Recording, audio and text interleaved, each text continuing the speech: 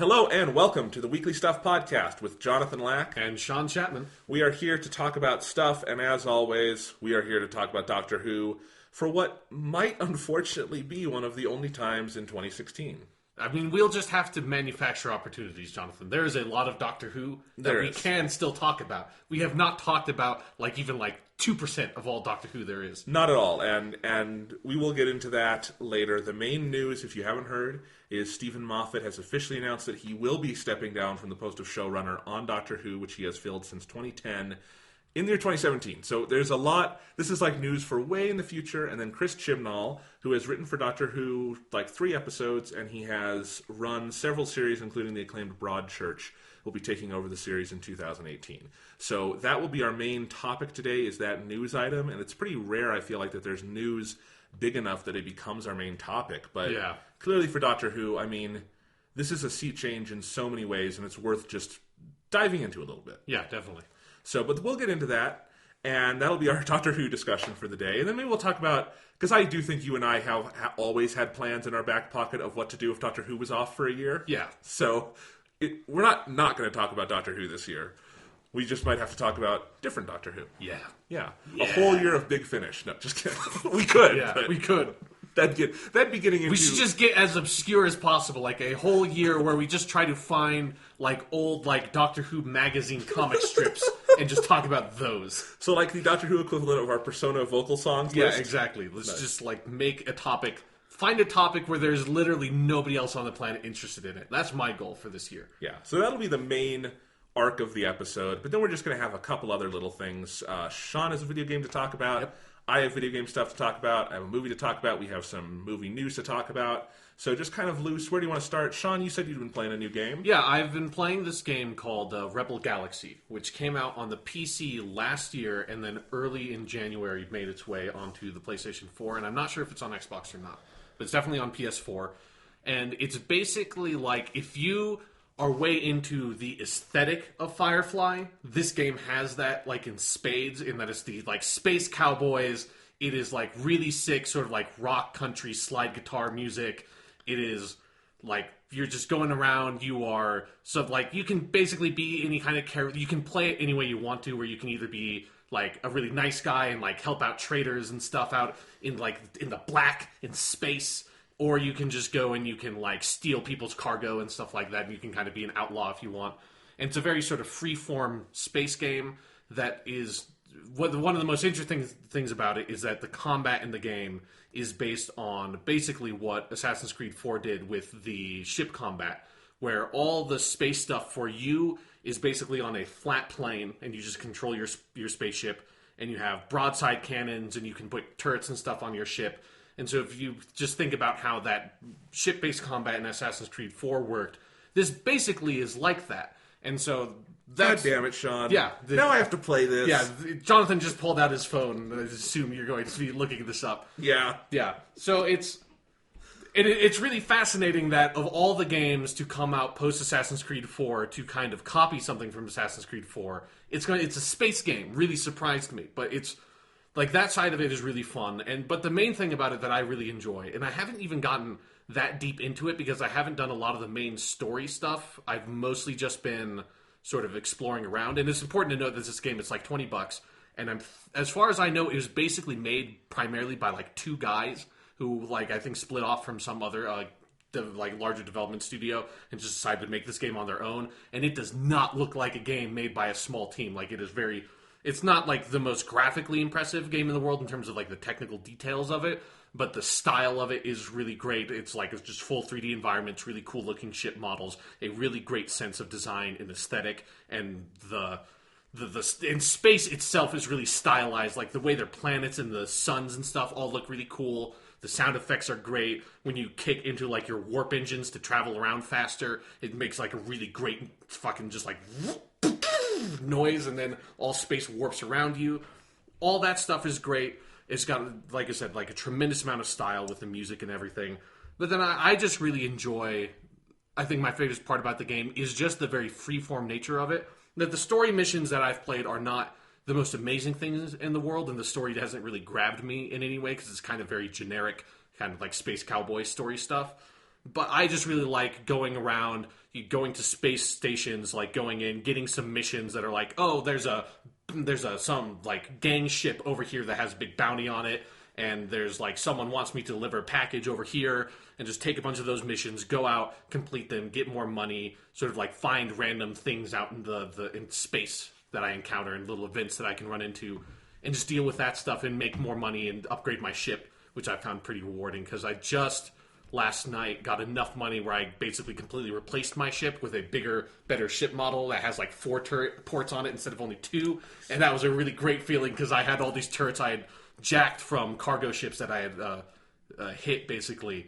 And so all of a sudden I was like, oh great, now I don't just have this like one little like spinny machine gun turret and a missile turret. I have both of those and 2 big heavy duty mining lasers on my ship.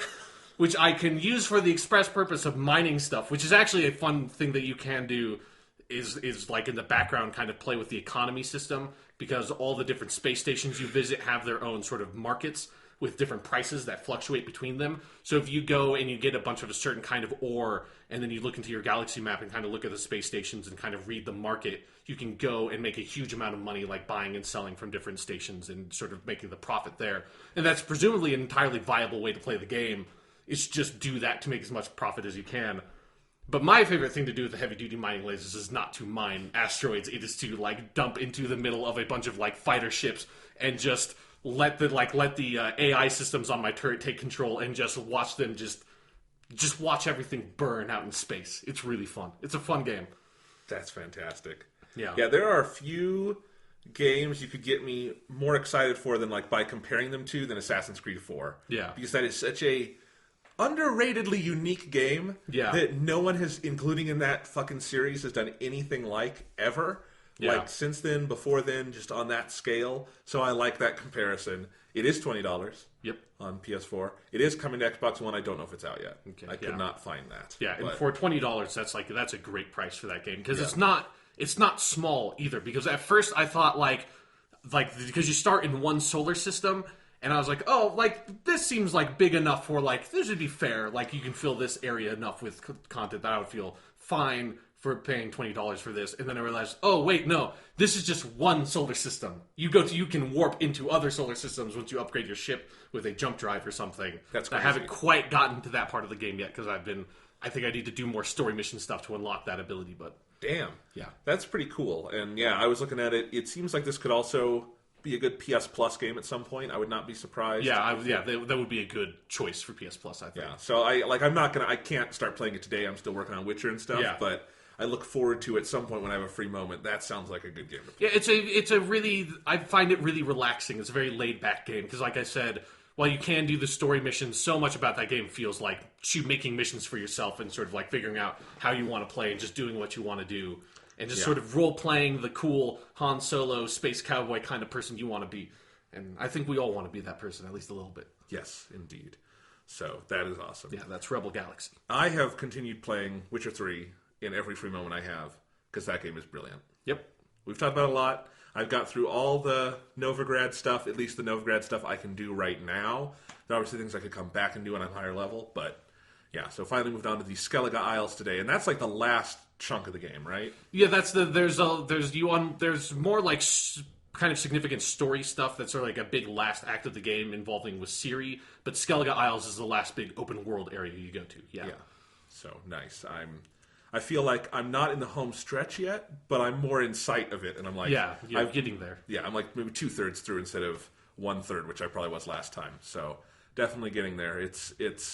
It can be an exhausting game at times because it is just so big, but in the best way possible. Like what I realized today playing Witcher 3, because I went out and I was doing some mission that made me go to some corner of the world I just hadn't gone to before. Like it was adjacent to somewhere I'd been, but I hadn't been there before. And I was on my horse and I realized, okay, this probably is not the biggest open world I've ever seen. It feels like it. Yeah. It absolutely feels like it because every inch of it is so dense. And like, you can think of a big open world like Los Santos or something in GTA 5. It's a great open world, big open world, but you kind of just soar through parts of it and you don't stop and like look at things. And so there's not that feeling of density that you get in like Witcher 3 where you just like every tree you want to like stare at for 5 minutes. And like, you can make Geralt meditate and you kind of want to meditate too. Like that would be a really nice tree to meditate under. Yeah. Yeah. So Such a good game. I completely agree. Also, something no one talks about is how unbelievably violent that game can be. Sure, it's like yeah. not an advertised part of that game at all, but you just cut dudes in half. It's one of the things I really like about the combat in that game is there's a really meaty feel to it, and there's a sort of a believability to the sword play that is absent from most games, and like it doesn't need to be in every kind of game. But I think they really capture like the weight. Because The Witcher uses two-handed swords all the time, and so he's like doing all these sort of like spinning flurry attacks to get like his whole body weight behind the blow and stuff. And when you like make contact with that, it's like you're lopping off dudes' heads and stuff. Oh, totally. And it's something that we've talked a lot about the story in The Witcher 3 and the presentation, and yes, that stuff is brilliant. But it really wouldn't be worth it to him if the gameplay wasn't as good as it is. Yeah. And it is. And it's something that I feel like the other things the game does are so notable you forget to talk about. Just the basic gameplay. How good is that? It's really good. Like, it's up to the level of greatness all that other stuff is. And so as an overall package, it's incredible. You're not playing it in kind of, like with something like Dragon Age Inquisition, where the combat, could take it or leave it. Like, there's nothing really particularly good or bad about it. But, like, you enjoy the game for other things. That's not the case with Witcher 3. The combat is really good. The movement is really good. Just the basic, like, inventory management systems and all that. It's all so polished and good. Yeah, definitely. Although, my one knock against this game, I'll just share this now because it's fresh in my mind. Okay.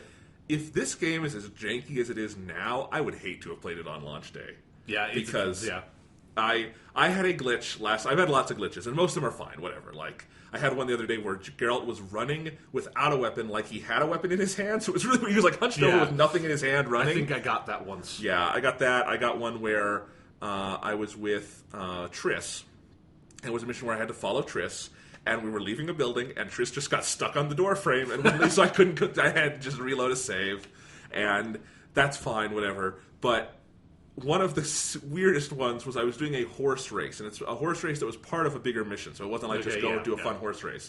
And the horse race starts counting down 5, 4, and then the screen goes black, and I'm like, what happened? And it starts loading again, and I'm like, because you go into the horse race with a loading screen, so I'm like, well, I already did the loading screen. And then when it finally reloads, I'm underwater with the breath meter and everything, and it's still counting down 3, 2, 1, go. And I'm swimming, and I'm like running out of breath, and I'm just in an endless ocean. Nothing I could do, just had to like reload the save. It's like what you didn't realize is that they drugged everyone in that horse race as a ploy for like one of the races to win. It's all part of the story.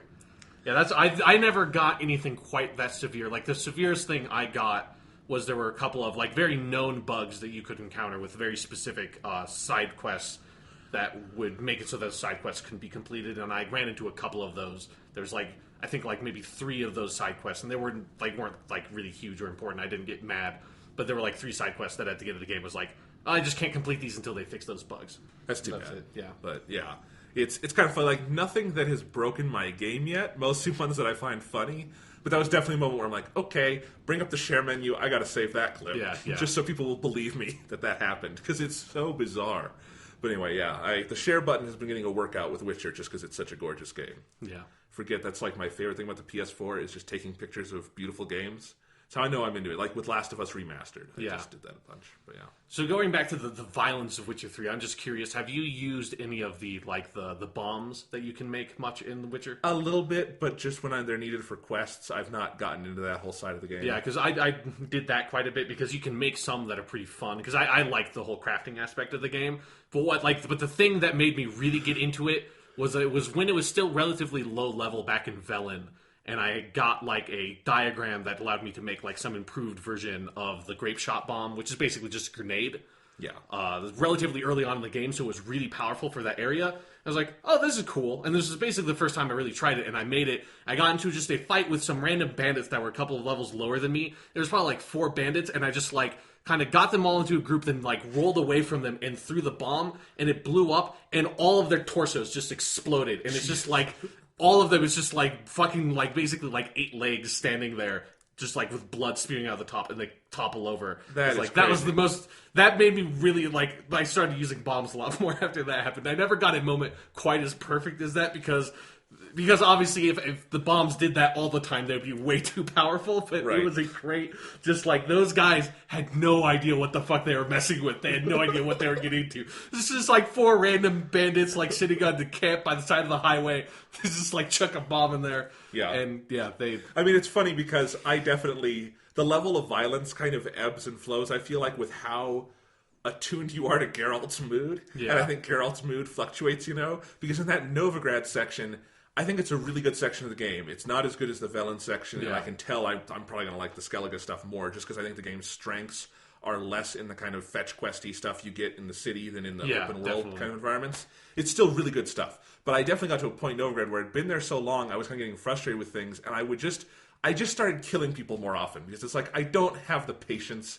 I'm going to fucking kill you now. Yeah. And not like to anyone who didn't deserve it. I just didn't kill like random, people who I should save. But still, I got that, and I realized, I think Geralt's probably feeling the same way. He probably wants to get the fuck out of Novigrad. Yeah, because Novigrad is a section where you're cooped up in the city, and there's a lot of sort of political maneuvering going on with like the extra character and stuff like that you're just like, I don't think is quite to Geralt's taste. No, and I actually think that part of the game is really smart because of that, because the game, it's actually very clever to put the slow part of the game in the part of games that are usually slow. Yeah. Like, make the second act kind of self-consciously that way, because there's a lot of good stuff there. But and it's a good contrast to the Velen stuff and the Skellige Isle stuff, which are much more like open and free. No, this game has a great sense of pace, which is something most open world games don't even know exists. Yeah, so, yeah. Anyway, no, definitely not like Grand Theft Auto 4 in the middle where you're just... Yeah, where you just completely forget what you're even doing anymore in the middle of that game. Yeah. Yeah. Anyway, great game. My only thing I've done this week that I would talk about on the podcast is just today I went to see a movie at the Alamo Draft House, and not a relevant movie for today because it's not a new movie, but they were doing some special screenings of different movies David Bowie was in because of his death, and most of them I'd seen and I just didn't have the time to go to, but one of them was the Twin Peaks movie Firewalk with Me. Oh, cool. I haven't seen that one. I have not seen it either, and I love Twin Peaks. I have it. It's on Blu-ray in the box set, but I finished the show and I was like, I don't want to just jump into the movie. I want to give it some time, because I think that movie was really harshly received when it came out, and I think part of it was people wanting more of the show, which was canceled on a big cliffhanger, and the movie is not that. It's like a prequel, isn't it? It's a prequel, and it's a very specific prequel that is... It's got a kind of tenuous connection to the actual content of Twin Peaks. To the themes, it's got a lot, but it's a different kind of thing. And so I think you have to have some space for it. But they were showing it on 35mm on the big screen at the Alamo, and I'm like, well, that's the perfect way to see that movie. So, I will go out of my way to see film prints, because there's not enough of them, and it makes me sad. Yeah. Every time it starts up, I'm like, it looks so much better. What did we do? This print is 25 years old, and it looks beautiful. Yeah. There was nothing wrong. It was amazing. I don't know how they got a print in this good condition for this very, very obscure David Lynch movie. This is one of his more obscure films. Even among Twin Peaks fans, it's amazing how many of them don't know the movie. Yeah. Or kind of ignore it. But it is a great movie. And I'd heard this, because I'd heard, very harshly received when it came out. And then I'd heard a lot of the people going, it's a masterpiece nowadays, and the reevaluation. And I didn't go into it with any expectations one way or the other. It's there are David Lynch movies I like more than others, but I love all of them on the level that I find David Lynch a fascinating director. Yeah, definitely. And he's just so interesting to watch, his movies. And so I just was going into it with that attitude, and there are some rough things about that movie. It is compromised in some fascinating ways. Kyle MacLachlan, who played Dale Cooper, the ostensible protagonist of Twin Peaks, did not really want to come back for the movie. Mm-hmm. So he did 5 days of shooting, so he's not in it much. And what would have been his role is really obvious, and it's redone. It's not recast. It's a different character they came up with. But that actor is not very interesting, even though he's paired with Kiefer Sutherland. And I didn't know Kiefer was in the movie. Yeah, young Kiefer Sutherland, who I love young Kiefer Sutherland, because everything before he became Jack Bauer, he looks like a baby. He totally looks... He's got this baby face, but he's still got Jack Bauer's voice, And that voice I just associate with, tell me where the money is! Or something. Yeah. Probably not money. I'm sure he did that sometime on 24, but yeah, anyway. I mean, he's probably yelled every combination of words in the English language possible angrily at someone. Yes, on 24. No, so yeah, Kiefer Sutherland is actually really good in the movie. In a small part, he's fucking hilarious. There is some prime David Lynch humor in it. But overall, and then in terms of other compromises, like, the movie is the story of Laura Palmer. It's the story of the girl who is murdered as the inciting event of Twin Peaks. Yeah. And it is about her, and they got Cheryl Lee, who played Laura Palmer, back. She is the star of the movie, and it honestly could be the best performance in any David Lynch movie. It is unbelievably good. And that's where the strengths of the movie lie. Is it's something that I think most murder mysteries do not deal with, which is the actual victim. And who was that person? What led them to this point? What was their interior life? There's just so little room for that in murder mysteries. And it can be a very unseemly part of the genre when handled poorly. You know, it's like on CSI or something when you have a different dead woman every week. It just gets offensive because you're just killing a lot of women without really thinking about it and who they were. And it's one of the strengths of Twin Peaks, no matter what, is they didn't do that on the show. Laura Palmer, like Laura Palmer's character is really fascinating, even though like she's dead at the beginning of the first episode. Like, it's like, because half of that show is about trying to figure out who she was, because there's obviously way more to her than just like a normal high school girl. Right. But you can tell watching Firewalk with Me that even with what they did on the show, which I think goes above and beyond. Yeah. David Lynch had something in him where he had to know more about this character and had to tell her story more fully, because especially if you've seen up to the point in the show where you find out how Laura died and who the killer was, there's some very dark stuff in there. I mean, as dark as David Lynch has ever gotten. And it's not something the show fucks around with, but it's also not something that, you know, you can 100% deal with when the character is still dead. And so the movie is very much about that. It is about a woman who is so thoroughly broken by experiences that she did not choose to have thrust upon her, and what that mind state is like. And that is what David Lynch is best at, is illustrating, I think, interior states and psychological states. And so I completely understand why some people say Firewalk with Me is a masterpiece and one of his best movies, because that's what it's doing. It's playing to his strengths so clearly, and it is as uncompromising a movie as he's ever made. It is unbelievably violent in places. Like, there are some moments that are graphic, not like above and beyond what you've probably seen before, but just the way he frames it, and with that kind of mundane tone he has to some things, it really gets under your skin, and it's a fascinating movie. And like I said, it's compromised. In the show, Laura's best friend, who's left behind when she dies, is Donna, who was played by Lara Flynn Boyle, and she didn't come back for the movie, so they had to recast that part. And actually, the actress who replaced her was, I think her name's Moira Kelly, did a really good job emphasizing a side of Donna that I don't think was really there in the show, even though we were told it was there in the show, which is that she's kind of Laura's kind of follower, but doesn't have much of a personality of her own. But I don't think that's really how Lara Flynn Boyle played it, which is fine. It's just, this is a different take, and it's interesting.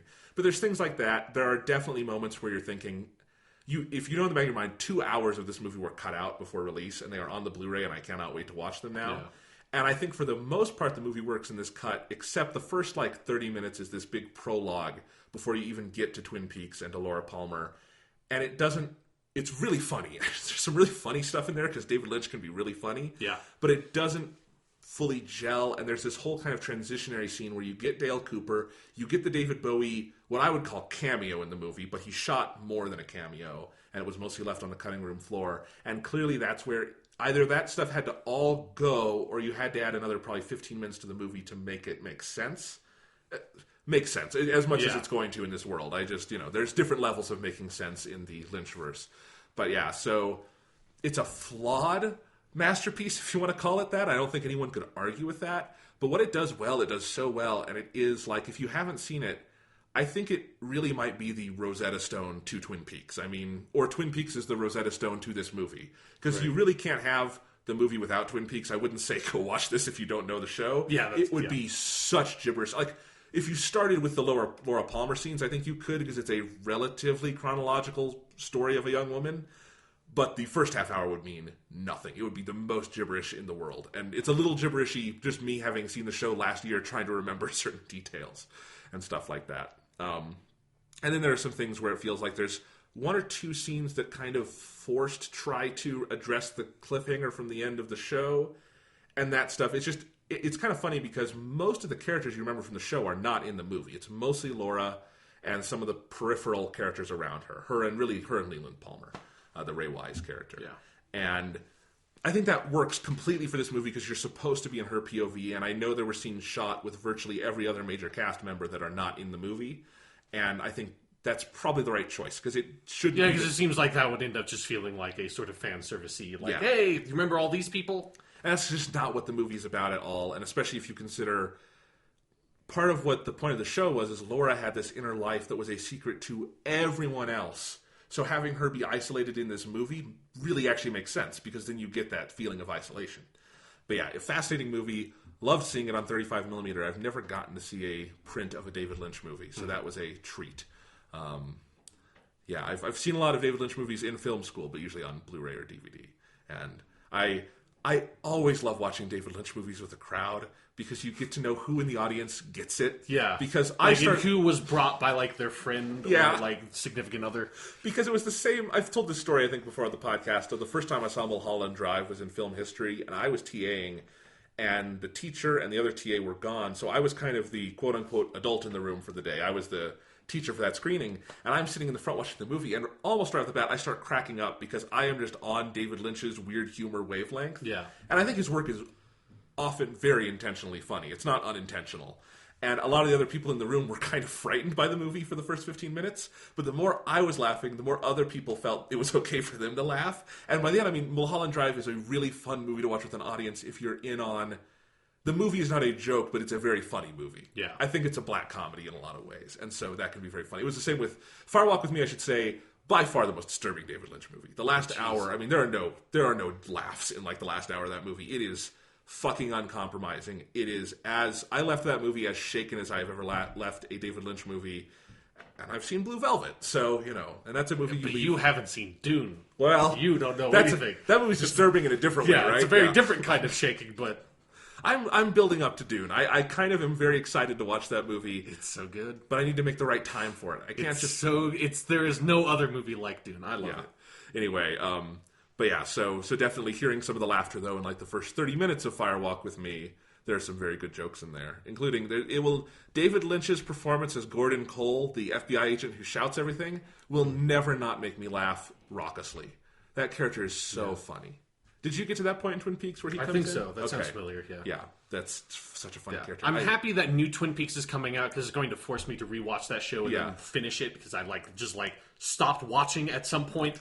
It's it's been so long I don't even remember where I stopped and where I did, because it just fell off at some point. Well, hey, the great thing about Twin Peaks is if you have to start from the beginning, you start with the best stuff. Yeah. So you're rewatching stuff that's great, and eventually you'll get to the stuff that is really, really not great, but in a fascinating way, and then it gets great again at the end. So it's a good ride. And Fire Walk with Me, if they never made more, I think that would actually be a very appropriate capper to that series, because going back to that person who incited the whole show and exploring her from the inside out really feels like it's honoring something that a lot of these kinds of stories don't honor, and it's very interesting. So, but again, I am so excited for new Twin Peaks. I mean, it's not coming till next year, they're saying now. And we still don't know how many episodes. Somewhere between 9 and 18 is what they're saying, which is crazy. It's a big window. Yep.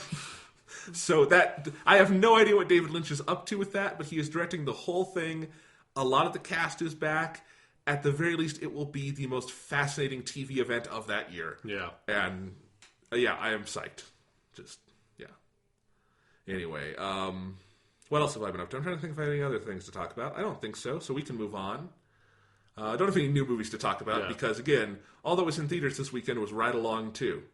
And I didn't want to see Ride Along 2. Guess what? Neither did I. Okay.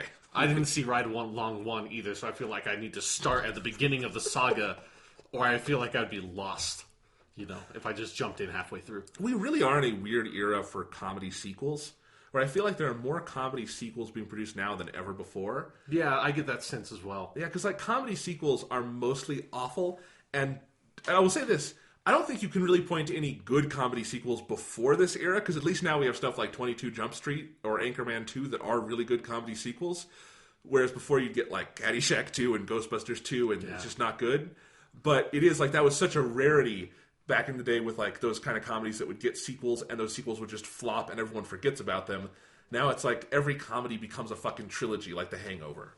Yeah, I still don't understand why people make comedy sequels. It's the same thing with horror movie sequels. Everyone knows it's bad. It's a bad choice. You can, on a miracle, make a good one. It does happen. But it's start a new project. because a new horror movie could always be good. A new comedy movie could always be good. A new comedy sequel or a new horror movie sequel are almost always going to be bad. It's like the track record is so abysmal. And there are so many instances where they literally cannot be good because they're just constrained by, even if you have the greatest comedy ever, like, I don't think there's any scenario where you were going to get a good Caddyshack 2. Exactly. You know? So it's crazy. And then now we're up to our first, like, big comedy reboot, too, with Ghostbusters this year. Which I still don't understand the full extent of everything they're doing with Ghostbusters these days. No one does. Like, I don't even think anyone's clear on the new title. Because they're just advertising it as Ghostbusters. But that would be weird if they just called it Ghostbusters and confused us all. Like, should at least call it The Ghostbusters. Yeah, something with a subtitle to make it clear. The gritty all-female reboot. Yes. No, very... Like, I don't have any problem with the all-female side of it. No, that's just, fine. But like everything around that, just I feel like I don't know if they're making another movie, if they're creating like a Ghostbusters movie universe. It's like I feel like there's 100 Ghostbuster movie projects that's that something's being hinted about at all times. And they've been inconsistent on whether this is a remake or a reboot or a new entry in the universe. Yeah, like a distant sort of like sequel or a spiritual successor. It should just be a sequel. It should just be franchising. These are new Ghostbusters somewhere. Yeah, they were like inspired by the old Ghostbusters. Because then you have to do zero exposition and you just jump into the adventure. And it's not like nobody doesn't know Ghostbusters. I mean, that's probably... It goes probably, like Wizard of Oz... Like Star Wars. Snow White, maybe, over among the random Disney movies, and then Ghostbusters. Yeah, like it's just like things in like the American pop culture landscape. Yes, that everyone has is seen. Very, very high. Anyway, but yeah, so that's our weird non sequitur on comedy sequels. Yeah. Speaking of sequels, DC Movies did a special on the CW last week. I'm not sure what I think it was a standalone special, but they were promoting the new Legends of Tomorrow show or something like that. Yeah. But in that special, they gave new trailers or teasers or little video pieces on a bunch of the movies they're planning on making. So they did some new Batman v Superman stuff, but I think the trailers have literally shown every scrap of footage in the movie. Yeah. You can probably just cut the movie together at this point, because, I mean, they've given you the ending, they've given you the beginning. They've just given you, like, the third act twist. Yeah, they've given you everything. So, anyway, they gave some more of that, but that was not notable. The notable things was a brand new Suicide Squad trailer, so it was like a full 2.5-minute trailer, and then we had some teases from the Wonder Woman movie, and some video pieces on The Flash and Cyborg, and I think one on Aquaman.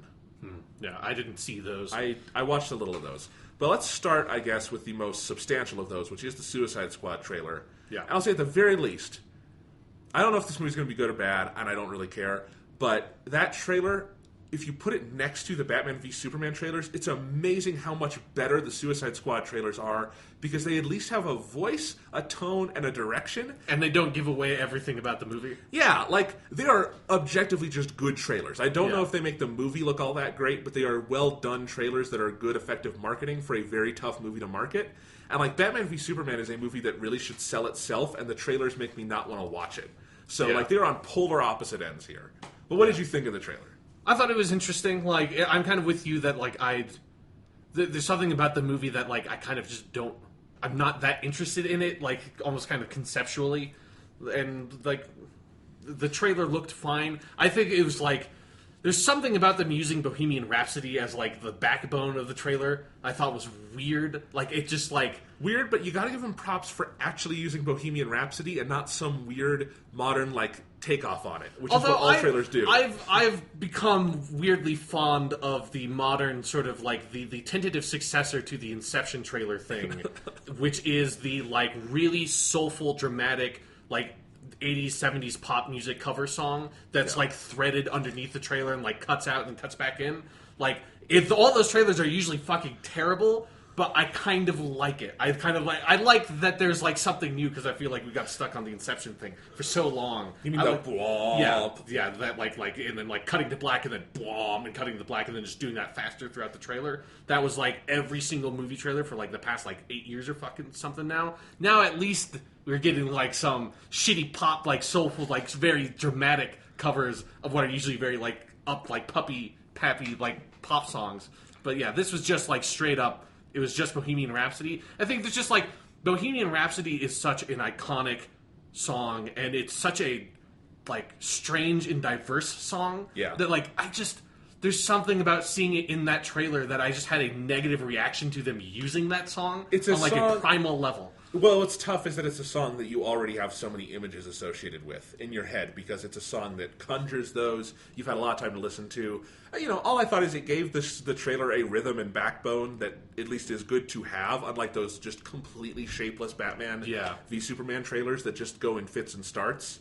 But yeah, you never want to use a song that is probably has that much pop culture penetration just because it's never going to be associated with your movie. Yeah. It's associated with lots of other things. Yeah, there was just something that, like, as soon as it started, my body just rejected the trailer. It was just like, you should. I'm sure there's probably other trailers that have used the Bohemian Rhapsody song. There's just something about this where it's like, no, don't use a song that is almost undoubtedly going to be like a million times better than the movie, no matter how good the movie is, in your trailer. Like, probably a good rule. It's just like you just automatically make me look at the movie and it's like, it's not going to be as good as listening to this song. You just make me want to listen to Bohemian Rhapsody again, but not while looking at Suicide Squad stuff. Yeah. No, the weird thing with Suicide Squad is I think, man, if it were completely divorced from all the other dumb DC stuff going on, I think I would be more interested in it because I like the idea of doing the villain team-up movie. I think Suicide Squad is an interesting concept in the comics. Yeah. But they're clearly doing it as, okay, Batman v Superman, we're introducing the entire fucking Justice League. And they've basically confirmed that. The Flash is going to be in it, Cyborg, they're all in it. And it's like, okay, well, how do we get all the villains in there? Okay, do them all in one movie too, even though this is really not the composition of the Suicide Squad. And that's okay. Obviously, the Avengers in the movies are different than Avengers in the comic books. There's all kinds of Avengers. There's all different lineups of the Suicide Squad. But, the Joker centrism that we're going to get and some of the, I don't know, Deadshot being, the anti-hero now and things where clearly, they're not just going to make Will Smith an unrepentant asshole. He's going to be the good guy on the team who's maybe done a bad thing because, I don't know, his son is starving. Or I guarantee you that will be something, and one of those people will be like, I did it for my kids. Yes. And then they'll be redeemed over the course of the movie. And at that point, you've kind of defeated the point of Suicide Squad because the point of Suicide Squad is that they are just awful people doing awful things. Yeah, but now they're doing it for the government. For the government, yeah. So I also still have no read on what the actual story of the movie is. That's the one thing of they have to do something. What are they doing? Yeah, because it feels like the only, and it's again, it's better to do it this way than to do it the Batman v Superman way, where you just feel like you watch that trailer and you watch the whole movie. Yeah. But I do think that the trailer needs to do a little bit more than just set up the premise of the movie, which is what that Comic-Con trailer, the first trailer did, was just all about setting up the concept of what the Suicide Squad is. For the first trailer for your movie, fair enough. But now it's the second trailer, and it still feels like the main thing you get out of this is they're using Bohemian Rhapsody, and that feels just wrong.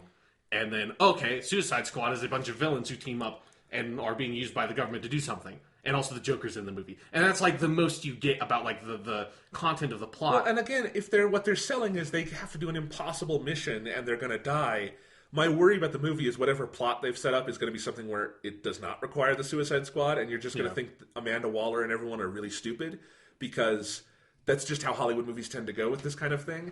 And I would hope it's not going to be that case, but there's nothing in the trailer to sell me on that, so I have to stay worried about that side of the movie because there's just a checklist of things you have to get right in a Suicide Squad movie that are not the kind of things Hollywood would ever do. Yeah. It's if they were making the Suicide Squad Netflix or HBO show, I'm sold. Yeah, absolutely. We still don't even know what it's rated. And I feel like once you get, this is one of the few movies I would say this for, if you get the PG-13 on this, why are you making the movie? Yeah. It's you really can't do it. It's and I'm not very excited for the Deadpool movie, but it's the same way where I know a lot of why they had to wait so long to make it was to get the authorization to make an R-rated movie because you just literally can't do Deadpool. It would be pointless. Right. So, yeah, anyway, it's weird. There are things I still like about these trailers. I think the visual style is kind of interesting because it's not Zack Snyder colorless. It is a dark, gritty world, but with some splashes of color, and it looks kind of interesting. I still think Margot Robbie looks like a really good live-action Harley Quinn. Yeah. Except the whole trailer is so pointing towards an origin where the Joker just throws her in a vat of chemicals to make her Harley Quinn. No! You don't get the point of the character if you're doing that. Yeah, that's the whole side of the movie that I'm most concerned about is that it's going to become too Joker-centric at some because I have no idea what the role of the Joker is going to be. And it's making me worried that the whole thing is going to be that they're going to send the Suicide Squad after the Joker. Feels like what else could the Joker's role possibly be in that movie? Because we haven't seen, there's no antagonists shown. Yeah. It's like, and obviously, like, I'm saying antagonist purposefully, because it doesn't need to be a villain, but there needs to be some character that is going to be behind whatever it is that the Suicide Squad are facing against. Like, that's just... That could work, I think, with the Joker doing that, but... But you have Harley Quinn on the team, and it's like, they're going to have to do a lot to justify why the fuck you would construct a team of people and put the, like, one person on the team who is obsessively, psychotically in love with the Joker to go take down the Joker. That makes no goddamn sense. And it's like, you need to... It's like, you could maybe do that, because I feel like they've done that in the comics, but after, like, a huge amount of character development for Harley Quinn, it's like, you can't do that in the first movie. And I don't know if they are, but I just have no idea what the role of the Joker is going to be. It could be something like they send after someone and it turns out the Joker is behind it, but they didn't know the Joker was behind it. I would not be surprised at that. But yeah, and it's just, if the whole thing is her origin story in this is the Joker just threw her into a vat of chemicals... Again, what's interesting about Harley Quinn is she basically chose to be this way after a lot of psychotic conditioning. Yeah. But it's more complex than that. Yeah, but she wasn't, like, drugged. She wasn't, like, hypnotized. She wasn't, like, thrown into the same vat of chemicals to go crazy. Like, that's all makeup on her. She's just crazy. Yeah, and if you've never played Arkham Origins because you heard some of the negative stuff around it, one, you should play it. It's a good game. Yeah. Two, at least watch the sequence where the Joker is introduced in that game, because it's this... It's not where he's introduced, but it's right after that, where he's met Batman and he has this big kind of awakening, like he's finally found his purpose, and it's this big long flashback sequence where you kind of play as him and you're going through his memories. It's the most Rocksteady-like sequence in that whole game in a lot of ways, and you see a lot of stuff about the Joker, but you also see kind of subtly the creation of Harley Quinn, where he's talking. It's all framed as a conversation between him and Dr. Quinzel, and over the course of it, she becomes attracted to him. That is one of the best versions of that I've ever seen. And Troy Baker doing his best Mark Hamill through all of it. So that's a fascinating version of that. If you want to kind of know what I'm talking about, you can probably find that on YouTube. Yeah, it's definitely, because it's a very complex relationship, and I'm curious about, like, it feels like a lot for this movie to tackle that this movie does not have to tackle, but it feels like you're going to have, like, you have to address it because... That's who those characters are. It's the whole problem with if you're introducing... I mean, Harley Quinn has never been done on film because she's an incredibly tough character to do. Yeah, she's a very animated character in every meaning of that word. Right. And really, if you're going to tell a story like Suicide Squad, it really feels like you have to have known Harley Quinn ahead of time and, like, have her character built up. It can't be the story you introduce her through. Yeah, because, like, her character exists so much in relationship to the Joker, at least, like... how she is who she is right now, that it wouldn't make sense. Like, she would just be a crazy lady if she didn't have that connection. Yeah, like on the animated series, they eventually started doing those stories where she teamed up with Poison Ivy and with other villains. But that was after a bunch of character development, and she kind of drifted away from the Joker. Yeah, exactly. That's not the first Harley Quinn story. So, yeah, I don't know. And then with all the other characters, none of them really pop in the trailer. Yeah, it feels like, it looks like it's the Joker, it's Harley Quinn, and it's Deadshot as Will Smith. But not Deadshot. It's just Will Smith being Will Smith. Yes. But, with a slightly deeper voice. I mean... But, like, those are the three characters that it seems like... Yeah. Because I can't even remember who else. I think there's Killer Croc, or it might be a character that's basically just Killer Croc. Killer Croc is in it, I think. And there's, like... Huntress or something? No. No, not Huntress. It's definitely not Huntress. A witch or something? There's, like... I mean, there's a bunch of, like, characters, because I'm not super familiar with the Suicide Squad anyways. Yeah. But the trailer doesn't, like, in both of these trailers so far, neither of them feel like they set up any of the other characters. And for a movie that's going to be about an ensemble, it feels like I wish I got a better sense of who the other characters in the ensemble are going to be. Because so much of this trailer, while it's very fun and energetic, it feels like it gets very preoccupied with timing a lot of explosions and gunshots to the beat of Bohemian Rhapsody, which is fine. No, well-cut trailer. Like, whoever put it together deserves a pat on the back and a raise from Warner Brothers, because that's how you sell this incredibly hard-to-sell movie to an audience. Yeah. But, yeah, I mean, again, this is going to be the second movie in their DC universe. I guess third if you count Man of Steel as number one. Right, yeah. But, like, that is so bizarre to me. It's so bizarre on every level. Yeah, that they're jumping right into Suicide Squad. It would be like if Marvel did Iron Man and then Ant-Man. Just went right for it. It's just like, fuck it. Yeah. It's like someone at Marvel like Studios is like, I really want to make this goddamn Ant-Man movie. I don't give a shit, like, ramping up to it. And if you look at all the behind-the-scenes stuff, basically it's coming out when it is just because it came together faster. Because David Ayers was there. He had a script. they got some people who could play the parts, and it's like, okay, let's just make the movie. Whereas Wonder Woman and stuff just took longer to come together. They had to fire talented women directors and be sexist before they could make it. But anyway, yeah. So speaking of Wonder Woman, we did get a tease of the Wonder Woman movie, and I kind of liked what we saw. It's interesting. It doesn't give you any indication of the movie itself, but it's like footage that just like the tone and the look of it, where it's kind of, they seem like they're doing kind of the high Amazoness thing, and then kind of almost a historical period kind of narrative, which could be interesting. And I think Gal Gadot looks the part 100%, and we had not seen her out of costume yet, which is so weird still. But yeah, we finally did in that trailer, and it's like, okay, I that actress I've really only seen in the Fast and Furious movies, which is not, unless you're Vin Diesel or The Rock, is not the best test of acting ability. Right. So I don't know, but again, looks the part. So it feels like it's not nearly anything enough to make like an opinion on what they're doing with that movie. Yeah, I thought the like talking head stuff was kind of obnoxious, and because they were just saying really kind of pandering stuff about Wonder Woman. I thought, but then the actual footage was like, okay, it doesn't look like a disaster from the word go. And to be fair, Batman v Superman has. Sure, so, Batman v Superman Dawn of Justice seemed like a disaster as soon as they said, hey, we're making their sequel to Man of Steel, and it's called Batman v Superman Dawn of Justice. And that was when I just threw my hands up and left the room that I was in. I just left it in disappointment. So that was interesting, I guess. And then they had those videos on Aquaman and stuff. I didn't really focus on those. I did watch the one on The Flash because I wanted to see what they were going to say. This movie still, I don't think, has a director or anything, so don't know why they're talking about it. But I think they had the writer and the producer, and they had Ezra Miller, who they've cast as the Flash, talk about it.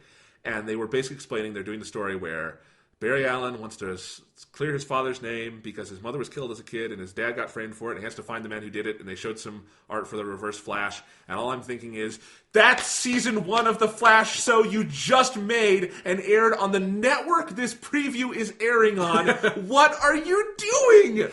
They should just do, the thing that they used to do with long anime series in, the 80s, where it's they just took, this 50-episode series and just recut it into 3 movies. Yeah. They should just do that with the Flash TV show. They should just cut it and, cut out all the, Monster of the Week episodes and just cut together, one long movie out of it. And it's no matter what, it's not going to live up to the show. And I don't think the show is perfect or infallible. I have problems with the first season. But you get to know those characters. It has a rich ensemble. It's got a good command of tone. It's got the right people in all those roles. And these are big, iconic roles that you're, trying to inhabit. And there's no way I'm not going to think of the show. And if it were a different thing, like the show was 20 years ago, then fine, whatever. Yeah. But 2 years ago now, there's no way I can't think of that, and that show is getting more popular every day. You're going to have a lot of people who are going to want to compare it to that. It just makes no sense. Especially when, at least in my opinion, the Flash is a really hard character to do. Regardless of, even in the comic books, I feel like most Flash comics I've read have, not been particularly interesting. And the first time I personally was ever interested in the Flash was when he was in the Justice League cartoon, and they made it was Wally West, and they made him a lot more fun, and I feel like they've taken a lot of that Wally West Justice League character and bleeded him back into now who Barry Allen, who's been the Flash in the comics since New 52, and they've made him more fun, where he used to be the dullest dullsman ever. He was Hal Jordan as the Green Lantern, and Barry Allen as the Flash were the same fucking dude. One was just wearing a green costume, and one was wearing a red costume. They were just really dull. And that's the other thing. There are enough distinct versions of the Flash that if you want to, why call him Barry Allen? Why not do Jay Garrick or Wally West for the movie? Because you have Barry Allen on TV. Just do, like I said, Jay Garrick or Wally West. And you can tell whatever story you want. And but even then, why not just leverage? You've clearly nailed it with the Flash, who is a character that, again, is not an easy character to do well, and you did it on TV, and it's extremely popular. I mean, it's not extremely popular, but it is popular, and it's its critical acclaim is really high, especially for a show like that. And it's really popular by the level of the CW. It has elevated the CW by a lot since it came on. That and Arrow have done a lot to make that network go from almost going out of business to being a viable you can't undersell how big of a hit it's been for the CW. Yeah, it just doesn't seem to me like there is any reason why you can't leverage that stuff in making your movie. Like, you would maybe have to do like a flashback sequence or something to explain his origin if you really want to, although I don't think that's that important. The big problem is that the Arrowverse, as it's called on TV, because that's the first show, has such a distinct continuity on its own that they clearly want their own continuity in the movies, and But too fucking. That's like what a comic book nerd would be complaining about. That's like, you're fucking movie studio guys. Like, they don't give a shit about the continuity of the TV show. Just like, take like as what you need from the TV show, and like don't like have to like feel compelled to like tie it into like the Arrow stuff or anything. Yeah, that's what I would say. But it's just it's weird, and again, I'm okay because I actually have caught up on The Flash completely. Saw the most recent episode; it was good, and then I started watching Arrow, and it's a little tougher to get into because I knew this from the beginning. Arrow was a show that had growing pains in its first year before becoming really good, and already there are things in it that I think are really good, so I'm happy to stick with it. Yeah. It's a rougher show at the beginning. But like that universe is so sure of itself and it's kind of fun to be in, and especially if they do what it sounds like they want to do and bring Supergirl in, then you have a nice big universe of rejects from the movies. Yeah. And it's like, whatever, DC movies can do whatever they want. I got my DC TV shows, it's great. And I did, by the way, look it up. A bunch of the guys who work on these worked on the Justice League cartoons. There you go. DC. Yeah. It's like Andrew Kreisberg, who runs The Flash. He wrote on Justice League Unlimited and the Wally West character. So there you go. Yeah. That's why they know what they're doing. Yeah, like the DC animated, like they like took all these characters that were, a bunch of them were like occasionally fun of the comics, usually not that interesting, and it's like all of them, they were like, we're just going to make the best version of this character ever. We're just going to do that with Batman. We're going to do that with Superman. Then they started making the Justice League cartoons. It's like, we're going to make the best Green Lantern with Jon Stewart in this movie. And then we're going to make the best Flash with Wally West. And then here's the best Wonder Woman. Here's the best Martian Manhunter. Then they made Unlimited, and we're like, we're just going to do the best version of every DC fucking character ever made. I don't care who it is. And they just did it across the board. It's good to see that blood's still flowing in the TV stuff. Yeah, it's interesting. But yeah, so, and I'm still not sold on Ezra Miller as the Flash. I like Ezra Miller a lot. He's an interesting indie movie actor. I've exclusively seen him in movies where he's playing someone who has either mental problems or like clinical depression or something. So not what I think of when I think of a superhero. It could work. Especially not the Flash. Yeah. One of the things I think the show nails is Grant Gustin is great on every level. He also looks good in the suit, and I think that's a really hard suit to look good in. Yeah. And I have yet to see if they can do that with Ezra Miller. Again, I think all of it stinks of such unbelievable hubris to me of having, again, they're talking about this fucking Flash movie, and they don't even have a goddamn director. Yeah. No one's making this movie. It just feels like the studio is so hell-bent on making like the DC movie franchise thing an actual thing. Like the fact that you were like showing this stuff from the Flash movie, and like you have the Flash cast and all this stuff, when you don't have your director, which is like the most important person in actually making the fucking movie. Yeah. It feels like you should nail that down first and get an interesting director, and then you should be talking about everything else after that. Because again, what if Batman v Superman doesn't work? Yeah. Again, I don't think it's going to bomb and lose them a bunch of money. But what if it just does as well as Man of Steel did? Because Man of Steel didn't bomb, but it also did not get to Dark Knight levels. Yeah, that's what they set want. the world on fire. It made about $600 million worldwide, which is good, but these days, honestly, isn't enough to build a franchise on. Yeah. As silly as that sounds, I'd love to have $600 million, but movie financing is weird. So, yeah, and I don't expect it to do that big. I think it could have a maybe big opening weekend, but even then, like, have you met anyone excited about this movie and not just making fun of it? No. I've only seen like people online who want to get like page views acting like they're excited about it. I've seen like plenty, like there are like DC fanboys that are very excited about the movie, but like not in like a way that like I can really take their opinion seriously. It's like if you're a mega fan of that stuff, that's fine, but it makes it when like they start like very glowingly talking about these trailers and stuff. It's like I also don't know how, if you're a fanboy, you can like those trailers. Because there's a degree of fanboyism where no matter what it is. Where no matter what, like the fact that they are making a movie that has these characters in it makes you that you have to be excited about the movie, or else like your entire world collapses in on you. I mean, I think it's telling that I've seen the Batman v Superman trailer in a big like sold out audience twice, and I think they were both in front of like Star Wars screenings, and on both occasions got no reaction. People were kind of deridingly making fun of parts of it, like I was, just doing the womp womp on every Lex Luthor line. And then Wonder Woman comes in, and that will get some applause, but that's it. The movie's called Batman v Superman, and the only thing people are excited about is Wonder Woman. Yeah. I'm not saying anything against Wonder Woman there. I'm saying you have a Superman people don't like, and a Batman who looks really dumb in the costume. And a trailer that is made very poorly. Yeah, God. So bad. And again, man, does Ben Affleck look dumb in that costume. I just want to hammer that home in those trailers. That is a dumb Batman costume. It's kind of funny. One of the best things about Arrow is I don't think this guy gets enough credit. The guy who plays Arrow on that show, Oliver Queen, his name's Stephen Amell. He's really good. And I think he gets undersold because he is such an incredible physical specimen, right? And fucking looks like a superhero, and they don't even need special effects. They will just have him doing these incredible workout routines, and you can tell he's just doing it because the dude does that. But that's kind of what you need for that kind of character.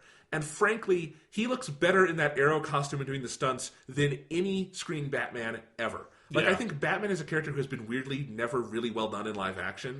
I mean, yeah, it's something where that side of him they have definitely never done. You've never Michael Keaton is great, yeah, but in the costume he looks silly because he can't move his head. Yeah, and it's you don't get the sense of Michael Keaton walking on the set dressed as Batman that he would kick your ass. He's intimidating to a certain extent, but when you think about watching the animated series or something, where obviously the requirements for making the character are very different there, but Batman looks like he would beat the ever living shit out of you in that, because it's because you can just draw him that way, but then also the Kevin Conroy performance carries across that sort of threatening quality. But there's a I just miss the quality of Batman where he is supposed to be this super kung fu master, and that's never gotten across. They've never, and it's a problem with all superhero movies. That's they've just never done the hand-to-hand fight thing right. Captain America 2 was the one that got Captain it. America 2 was the one that most got it, for sure. But, all the other ones, I just feel these people need to sit down and, watch a Jackie Chan movie from back in the day, or watch it, an old Bruce Lee movie. It's that's how you fucking make these fight scenes. Watch Arrow. Arrow, I'm only 3 episodes in, and I know the stunt stuff doesn't really take off until later in the series, but already, that show has some of the most incredible stunt choreography on TV.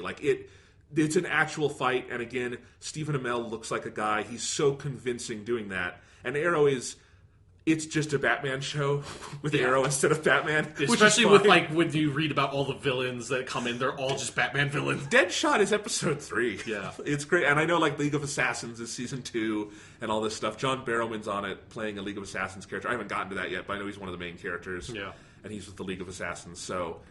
or League of Shadows, or whatever it is. This League of Assassins is the proper name. League of Shadows is the movie. I forget. I always forget because League of Assassins. Yeah. Anyway, but yeah, I do feel inclined to mention just really quick that the thing that I have seen that absolutely nailed it was Daredevil. Daredevil 100% nailed the fight scenes and felt like they watched kung fu movies and more modern kung fu movies, particularly for Daredevil, and were these are fucking awesome. These fight scenes are amazing. Let's make fight scenes like these, because superheroes, 99% of the time, fight hand to hand unless they're a hero that has a bow. And that's, or Iron Man. But almost all of them, it's all punching and kicking. That's what superheroes do. You need to nail hand to hand fighting. And it's just weird that we nailed how to do it. China particularly nailed how to do that in movies in the fucking 60s. And American cinema still has not fucking figured that out. Yeah, no, I mean, the whole Arrowverse. Arrow does the best job with it. Flash, when it needs to, does it really well, although the Flash is not, going having punch-out brawls. Yeah. And then Supergirl has some really great fight scenes for what they can do on, they cannot do Man of Steel. Right. But then again, it's probably okay. Yeah. And again, every episode, Supergirl makes more and more fun of Man of Steel, and it makes me giggle. That's but good. anyway, yeah, so good show. Good stuff. So, yeah, DC just continues to baffle us, and I love that, I'm actually really excited for Batman v Superman in March because I can't wait for the podcast episode. Yeah, that's going to be... Whether it's a good movie or bad movie, everything they've done is so 100% perplexing. Not a single decision they've made makes sense to me. And I want to see it actually start to come out so we can talk about it. Yeah. More substantively. It just feels like we've been talking about that movie forever. Same thing with Star Wars, only at least with Star Wars, you got fun, kind of exciting trailers, and Batman v Superman, And Star Wars also makes 100% sense. Yes, absolutely, yeah. There's you're not looking at Star Wars and just being like, why would they even do this? Like, why would they make this movie like this? Whereas Batman v Superman, it's like, why didn't they just make a second Man of Steel movie? Why? Like, we've gone so far that you forget, when you say Batman v Superman Dawn of Justice, how fucking stupid it is that they did just make a Superman sequel in the first place. It's like, we've gone so far talking about this movie, you forget about all the stupid shit they've done along the way. You have to remember, like, back into the deep past. It's like, oh yeah, all the other ways they fucked up back in, like, 2013 or whatever it was. Speaking of Star Wars, the other big movie news was they delayed Episode 8 until December of 2017 instead of May. And people acted surprised. They have made unholy amounts of money on the December timeframe with Star Wars 7. Yeah. You would be dumb not to delay it, and it gives everyone time to make a better movie. So, like, to me, that's only good news. Yeah, absolutely. They didn't cancel the fucking movie. They delayed it 8 months because Yeah. Yeah, anyway. So, and if anything, I wonder if that'll maybe make them shake up their one Star Wars a year thing. Yeah, I'm curious about that as well. Because they haven't set a date for, like, their Han Solo movie or anything. And they could maybe even push Episode 9 back if they had to. But it seems like they are at the very least committed to getting the movies right first and not just hit a release date. Yeah. And that's nice. So anyway, that's all the news stuff. Let's move into the big news this week and main topic, Doctor Who. Doctor Who. The man who gave us Doctor Who. Yeah. We should remember his better moments today. Anyway, no, the news came out the other day, kind of out of the blue and kind of surprising. Kind of took the wind out of me when I read it, just because this is a big deal for Doctor Who, and I think we will outline that in a minute here. But they've announced that Stephen Moffat is going to step down from his role as showrunner on Doctor Who after Series 10. We just aired Series 9. Series 10 will not air until spring of 2017. There will be an episode this year. They will do the annual Christmas special, so I think that sounds like the next thing they're going to produce is that. Yeah. So that'll, I think, be the first time Doctor Who has ever done that, where the back-to-back episodes will be Christmas specials. Yeah. Which is weird. That's got to be a little tricky. I wonder if they had to do some stuff with that. But anyway, I think, and on that point, I think we all knew this was likely, just in terms of it getting delayed, because they hadn't started production yet. They kept slipping the last couple of years of getting later into the year. Yeah. And, I think everyone maybe needed a break after Series 9, so they're not shooting until May. There really is no plausible way it could get back on the air this year, so again, more time to make the show better. Yeah. I'm okay with that. But yeah, it'll be Stephen Moffat's last year. And on top of that, they've announced that Chris Chibnall, best known for his work on Broadchurch, but he's run several other shows. He's worked on Doctor Who. We'll go over his writing credits for Doctor Who. He also ran Torchwood for its first 2 seasons as well. Okay. Chris Chibnall will be taking over Doctor Who for Series 11, which will air in 2018. So kind of planning a long ways out, although that's good in the sense that Doctor Who has a plan in place. Yeah. And that's nice. But yeah, so I want to maybe just read Stephen Moffat's quote here on this, because I actually thought he put it in really good perspective. Yes, definitely. Because he said, "Feels odd to be talking about leaving when I'm just starting work on the scripts for Season 10, but the fact is my timey-wimey is running out. While Chris is doing his last run of Broadchurch, I'll be finishing up on the best job in the universe and keeping the TARDIS warm for him. It took a lot of gin and tonic to talk him into this, but I am beyond delighted that one of the true stars of British TV drama will be taking the Time Lord even further into the future. At the start of Season 11, Chris Chibnall will become the new showrunner of Doctor Who, and I will be thrown in a skip." And again, stresses that I really hope the next thing Stephen Moffat does is a just straight-up comedy, because he is such a funny guy. Yeah. I will always, like, now that he's leaving after the next season, it's going to be sad that this will be our last run of interviews with him, because he's always really funny in interviews. Yeah. Because it's also, like, his knowledge of Doctor Who is impeccable. So it's like whenever he could pull that out and just befuddle everyone else in the room, other than Peter Capaldi, that was always pretty great. It's great. So a couple things to note here. One, I fucking called it on Chris Chibnall like 3 years ago. Yeah. When we last talked about this. I said, if anyone's going to take over, it's going to be him. I said that when we talked about Dinosaurs on a Spaceship, which is one of his episodes. And not because I thought that episode was like so amazing he has to do it, just that I think that was around the time Broadchurch aired, and I'm like, this guy has the experience, he's got Doctor Who creds, that makes sense, and here we are 3 years later or something, and that's the guy taking over. I think it's a good choice, we'll talk about that later. Yeah. Let's talk about Stephen Moffat, though. I mean, when he leaves, he will have been running the show for 8 years, over 6 seasons, because there's some off years and stuff in there, and he will have been with Doctor Who in a major capacity since 2005, which will be a 12-year run. And I mean, just 6 years for a showrunner of any series is way above average. Yeah. I mean, most showrunners do not stick with their show that long, partially because shows don't usually last that long. But even if they do, they get kicked off or they leave or they reduce their workload or something. But he's been with it. And again, this is something we talk about Series 9. Series 7 was that era where we were kind of down on it. But if you, especially now you start looking at Stephen Moffat's run as a whole, it is just unbelievably consistent and good. And his impact on Doctor Who has been immense. Yeah. And, you know, Chris Chibnall, it's not like someone out of the blue. He has worked on Doctor Who before. But this will be the first time on Modern Who where someone not in the clear succession line is working on it. You know, because you had Russell T Davies. It was obviously going to be Moffat next. You went to Moffat. He's been steering that ship for 6 years. It will be, I think, the biggest change Modern Who has ever had. Yeah, I mean, it is something where it's from my perspective, like, it's easy to forget because I like, with Doctor Who having the huge history it has, like, it's had countless fucking showrunners at this point that have all, like, left their own mark on the series. But for Modern Who, it is, like, I mean, it's a different beast, and the showrunner job is a very different job than what basically, like, the script editor and, like, lead producer basically more or less was back in the day. But yeah, like, you had RTD, and he brought the show back and did a very good job. And Stephen Moffat came in, did an amazing job with, like, season 7 being an obvious dip, but even that's not terrible. And then now, being on an unbelievable high with Series 9, and I'm very excited to see him do with Series 10. Well, like the warm-up of Series 8, which we thought was just great, but it was actually just the warm-up. Yeah, you know? Exactly. Yeah, but then, yeah, now with him leaving, like, it's just, like, there was just something where it's like, fuck. Like, he has been heading this show for so long now. He's been heading the show for as long as I have been watching it, like, caught up on it, like, weekly. He's been the head of the show for as long as we have been talking about it on this podcast, for sure. And it's... I mean, he took over in 2010. I started watching it in 2008 or 9, so most of the time I've been cognizant of the series.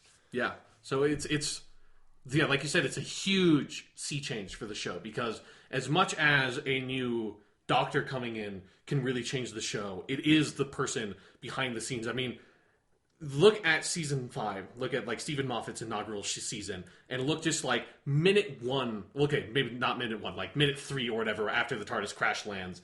Just how different 11th Hour is, like, just in every single capacity from every episode that RTD was the showrunner for, is immense. And that's not because it's Matt Smith there and not David Tennant. It's because of Stephen Moffat and the talent that he brought in and the directives that he brought to the show on the new direction for the show to head in. And that's why, when people ask sometimes, where should I start watching Doctor Who if I want to, like, get into the show, you either go insane and you start from the very beginning like me, which, no, you don't do that, or you start at Rose, or you start at the 11th hour, which is totally fine, mostly because that's when the new showrunner comes in. And that's what makes it, like, Deep Breath is not I don't think, a fantastic starting point.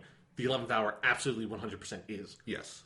No, that's where I have started people there. I started my brother there, and he fucking loved it. And you're not missing. The only thing that season you miss is not knowing who River Song is when she shows up, but they recap for you really quick and you're on your way, and it's fine.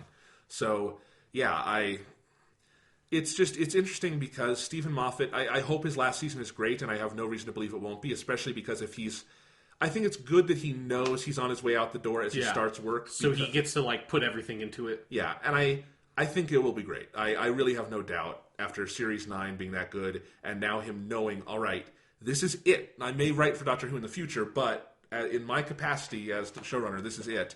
I really have every expectation that'll be good. And then it'll be really interesting to see what happens next, because as much as his showrunning, his 6 years have been very distinct, he also in a lot of ways kind of defined how I watched the show even before he took over. Yeah. Just in those RTD years, his episodes are just kind of the clear highlights every year. Mm-hmm. And not to say there aren't other ones. Season 3 has Blink, but it also has, in that same 3-episode run, like Human Nature, Family of Blood, and stuff like that. Season 4 has Midnight. Yeah. Again, I feel like every time we talk about RTDs brought on the show, you just have to bring up how fucking great that episode is, because it's really fucking good. Yeah, and so I'm not saying his were the best every year, but they often kind of just, I don't know, anchored things. Yeah. Like The Girl in the Fireplace, boy, season 2 would be lost without that episode. Yeah. And I think David Tennant's start to the show would feel really rocky if you did not have that so early on. I think his characterization would be rocky. Yeah. I think that's what he kind of hanged his hat on in the early days, is that is such a clear directive for the 10th Doctor.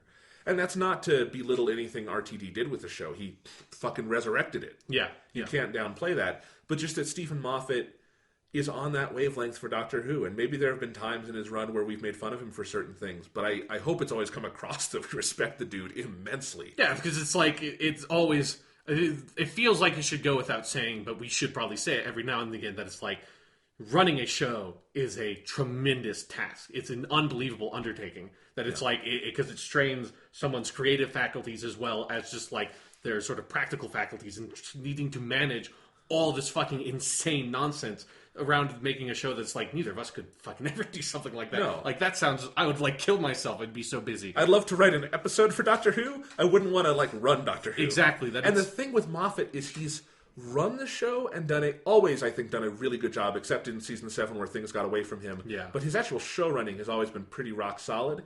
And the thing is, his writing throughout that has also kept its voice. It hasn't always been great, but it's kept that voice and kept that identity, and he's kept writing for the show consistently when it would have probably been easy to take a step back and say, other people write these episodes or something.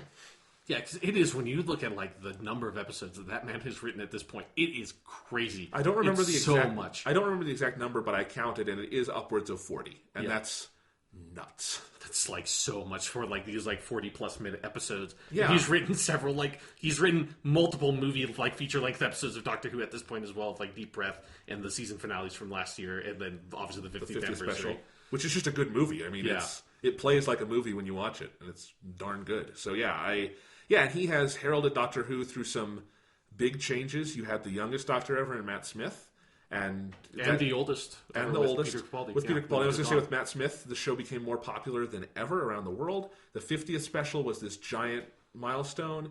Then bringing in Peter Capaldi, the oldest yet, and keeping the show's popularity and more than anything else, creative spirit alive through that shift. Yeah, and really bringing Doctor Who to a place as high or higher than it's ever been. And it's kind of amazing that Stephen Moffat started out on such an immensely confident foot with the 11th Hour. Yeah. And if anything, the back half of his run as showrunner has been even better and more confident than his first half. Yeah, that it does feel like there was... I mean, you kind of have that dark period of like the end of season 6 and the first half of season 7, and then like the last half of season 7 is rockier, but I feel like you're in recovery mode. Yeah, it's in recovery. It's like it's on an upward trend. It's like finding its footing again. But even in that like dark period of like starts with the wedding of River Song, like even then, like you have to respect him always for really trying to go for something, and also felt like he always had a tremendous ambition for Doctor Who, and he had a tremendous willingness to just like understood the spirit of Doctor Who, and that like the spirit of Doctor Who is always about change. It's always about progress. It is about leaving stuff behind and not looking back the way that the Doctor does with every fucking companion eventually. Like that is what that show is, and it shows that like with him having basically reinvented how he ran the show and like what the show was multiple times. You know, that it's like with that season 7 being a weird transitionary period, but then once you see where he goes after that, I think it puts season 7 into a very different perspective once you have season 8 and you have season 9, or even when you have like the 50th anniversary special, and you see it's like he's clearly been moving towards something and didn't quite know how to move towards it. But then like once we get to Peter Capaldi taking over, it's like the show feels totally different now than it did when Matt Smith was at the lead, which as like with RTD, like, never quite got that opportunity with Christopher Eccleston and David Tennant, because obviously that transition was too fast to feel like to abandon everything you built up.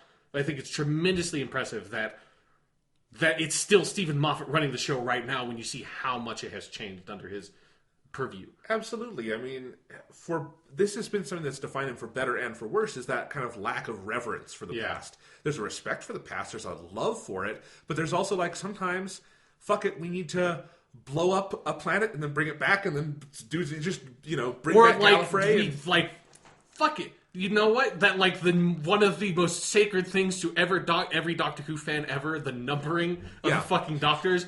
Like, fuck it, whatever. I have this insane idea, and even if I still, deep inside of me, I like yearn for Paul McGann and the 8th Doctor to have been in the 50th anniversary special. Like, the decisions and the ideas that Stephen Moffat made and had are fascinating, and they worked out really well. Like, who knows if it would have been better the other way, but it's still fantastic the way that he did it. Yeah, and again, that ambition, if it can get him in the muck once in a while, the highs have been so much higher, the lows are barely worth talking about. Because, I mean, think of the fucking balls it takes to make an episode like Heaven Sent, you know? Yeah. Like, just the insanity, the sheer lack of reason that it takes to, like, sit down and be like, I'm going to write this fucking thing now. I would love the documentary where I hope someone filmed him pitching that to the important people. Like, Peter, come over here for a second. How would you like to do an episode where you're the only guy on screen for the entire time? What are you talking about, Steven? It's like, how do you want to do an episode where the Doctor dies 500 billion times? Yeah. And it's like, what, did I do something to offend you, Steven? No, I just, those conversations are amazing to think about. And then, I mean, just the entire ambition of Series 9 as a whole, which is, unless Series 10 is just that amazing, is going to go down as, I think, his crowning achievement, not just on Doctor Who, but as an artist. I mean, that season is... whether people are recognizing it now or not, that's one for the books. Yeah, and definitely. Yeah, it's incredible. I mean, and I said this, I tweeted this when this announcement came out. I think both of you and I were kind of thinking this at the time, and I think this announcement kind of confirms it. I think Series 9 really took it out of everyone who worked on it. Yeah. And I think that's why we have this big gap we're going to have. I mean, they've been off of production for... by the time they start production up in May again, that will have been like an 8 or 9 month gap, which is a pretty long gap in Doctor Who production. So I think just everyone needed like to step away and be like, okay, that was great, that was hard. Yeah. I think that just emotionally took it out of people. And you can understand because that is just an immense historic artistic accomplishment. Yeah. That everyone just didn't decide like, I'm done now, cool, we're ahead, is kind of miraculous. I mean, you could totally understand Stephen Moffat saying, you know what, I can't top that, I'm out. And I think none of us would blame him for that. Yeah. But I like him sticking with it. Sure glad Peter Capaldi's sticking with it. And this is the one thing, my only worry about this whole transition is I hope it does not scare Peter Capaldi away. I understand if he wants to say, Chris Chibnall, you should have a clean slate, whatever. But that isn't necessary, and I actually think it's tough because... when Stephen Moffat took over, it's not like the RTD years were so artistically high and had been around for so long that he had like this impenetrable wall to overcome. He really got to write his own new history for the show. Yeah. And that's going to be just going to be tougher for Chris Chibnall. It doesn't matter who is taking over. It will be tougher following up Stephen Moffat because he's been around longer. His impact has been bigger. And the show has just been around for so much longer. I mean, he's going to take over for season 11 of new Doctor Who. Yeah, and I think...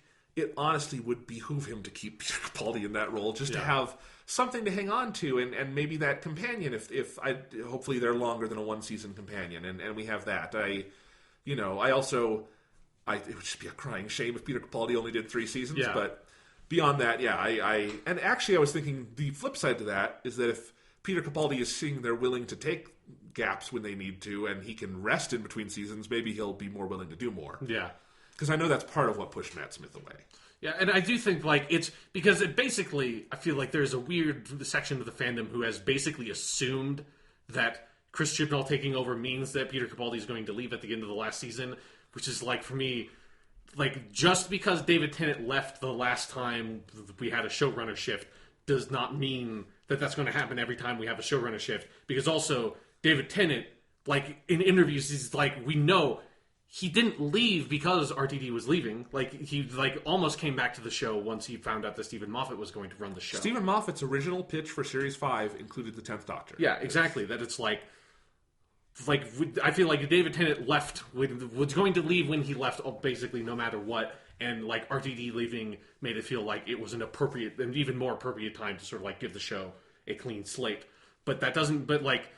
Historically in Doctor Who, that has not been a thing. That's not necessary. You do not need to change all the people making the show every time that the Doctor changes. Like this, like the first Doctor, like had like fucking like 3 or 4 different like full production teams behind him, basically with like strong creative voices carrying on the show. And when like his like last 3 or 4 stories were with the team that basically carried Patrick Troughton through almost his entire run, and then like in a bit to like the third Doctor, and then like you change partway through there. It's like you get a little bit like the 4th Doctor was the one that like was the major one that happened, but most of the time like the 5th, 6th, and 7th Doctor all had John Nathan Turner was the main producer and basic showrunner back then, for all those Doctors. Like, it is not a thing that, like, is just a rule set in stone with Doctor Who, the way that a lot of fans, I think, are considering it. So it's like, Peter Capaldi might choose to leave, he might not, but there's, like... My only worry is he gets pressured out. That's my only worry, is if BBC Worldwide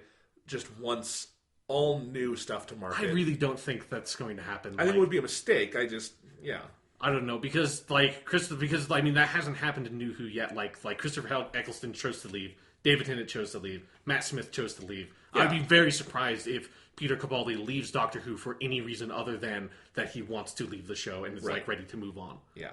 So who knows? I do hope that these kind of breaks and that maybe they're getting into a more regular schedule will keep him on and everything and keep him happy. Yeah. And at least one season. I think it would be fun to get him for 4 seasons and give Chris Chibnall that to work with. Yeah.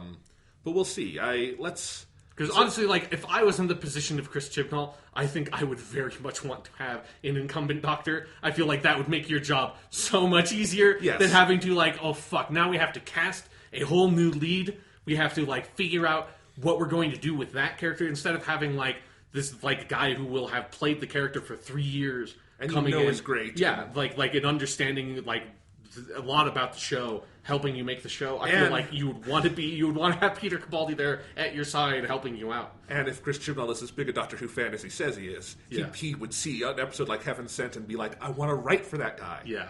Because that's one of the things, he has not written for the show since Series 7, so he's never written for Peter Capaldi.